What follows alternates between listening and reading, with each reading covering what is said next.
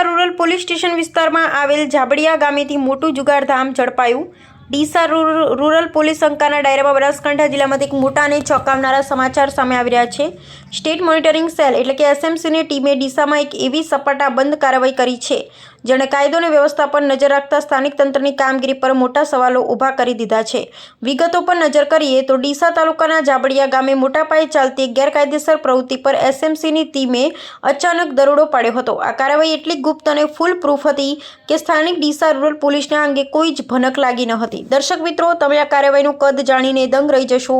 એસએમસીની ટીમે ઘટના સ્થળેથી જ 8 આરોપીઓને ઝડપી પાડ્યા છે, જ્યારે અન્ય 29 આરોપીઓ ફરાર થઈ જવામાં સફળ રહ્યા છે। પોલીસે કુલ 37 લોકો વિરુદ્ધ ગુનો નોંધવાની કડક તજવીજ હાથ ધરી છે, પરંતુ સૌથી ચોંકાવનારી વાત છે અહીંથી જપ્ત થયેલો મુદ્દામાલ। દરોડા દરમિયાન પોલીસે ₹1,46,100 રોકડા, 15 જેટલી મોંઘી ગાડીઓ, 6 મોટરસાયકલ અને ટ્રકની એક બેટરી એમ કુલ મળીને ₹60,26,600નો અધધ મુદ્દામાલ જપ્ત કર્યો છે।